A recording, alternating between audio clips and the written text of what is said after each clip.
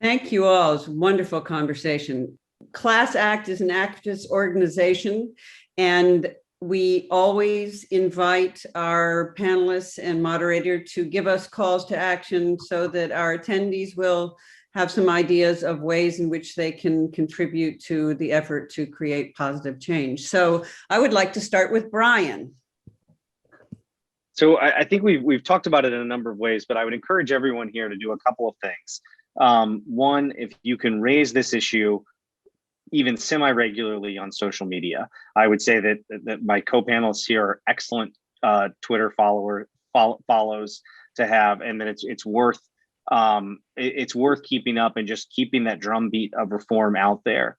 The second thing I would say is that if, now that we're going back to in-person events, if there's a town hall, if there's an event with a politician, hell, if there's a fundraiser that you're going to go to, raise the issue, not just privately with the legislator, but raise it as part of the questions in the Q&A section that always exist in these things, right? You got to make them know that they can't just hide away from this. And if there's anything that we did in Virginia that could inspire you, I'm always happy to help folks. I'm sure they'll provide my contact information here. That you're so well organized here with ClassACT, and that we're happy to share any of those secrets. But really, it was just get smart people informed and educated about it. So read Dave Daly's book, read the publications coming out of my co-panelists in organizations and writings. And it's not hard to get up to speed, but once you do, you'll find everything starts to make sense and it's a quick read. So you got to do that. If you are in Virginia, please follow One Virginia 2021 Foundation. I put the link in there for their events. They've got on June 13th, they've got a 4 to 6 panel with the NAACP of Virginia, where they're doing a big discussion about getting involved in this. Every Tuesday evening, you can sign up to do a map drawing 101 class with the Virginia Civic Engagement Table. There's just a lot of opportunities now for bubbling up, and I hope folks will do that. That's all on the One Virginia webpage I linked earlier. So, thank you, Alicia. Well, I guess I'm the courts person, so I'll say don't sleep on the courts. We are both seeing, as I said, a number of bills across the country that have been targeting judicial independence, seeking to politicize the courts, seeking to weaken the critical role that courts play in our democracy. And one of the biggest challenges in pushing back against those measures is that people don't tend to pay a lot of attention to the courts. Most people, it's not the first issue that you think about, but it's a really critically important kind of backstop against some of the, all of these kinds of threats that we're seeing in our democracy. So I would say, pay attention to the courts. And, as we were talking about, 38 states use elections to choose their justices or at their high courts. Vote in those elections, learn about the candidates, pay attention to judicial elections, because those state courts are critically important. They're only going to become more important, including in the upcoming redistricting cycle. And it's really important that the public be engaged and that, those courts be robust and that they perform the job they're supposed to perform. Thank you so much. Jim. Yeah, I guess I have sort of 3 basic calls to action. First, make yourself knowledgeable. You're doing it already by spending the hour and a half here with us. You can read the primer that we talked about, but there's many more things after that. The more you know, the more effective you can be. And the second one is get involved. Don't just make this an academic exercise to try to figure out what gerrymandering is. Do things, find out where those hearings are. As I said before, go to them, make yourself known. And the other panelists have reiterated this. Contact your elected representatives at all levels, and don't contact them once. Just keep contacting them again and again and again. Let them know that it really makes a difference to you. And then finally, this is as much a call to action, but just an assurance that your individual voice really does matter. Your actions do matter. That David Daly book I referred to, read that and you'll find out that it does matter what the individuals do. Brian's a good case of that, and there are lots of other cases that say you be in it for the long run. I guess that's my final summary. Thank you so much. Michael. Well, so we talked a little bit earlier about the For the People Act, which is pending in the Senate, and we're coming up on a critical deadline, which is August 16th, when the block level census data that states need to draw maps will be released. And so states will start drawing maps soon after that. And so if you're going to change the system, if you're going to ban partisan gerrymandering, if you're going to put stronger rules in place, if you're going to require transparency and public participation in the redistricting process, which the For the People Act does, you really do need the bill to pass this summer. And of course, right now it is stuck in the Senate. Senator Manchin has said that he doesn't support the bill overall. He thinks it's too long.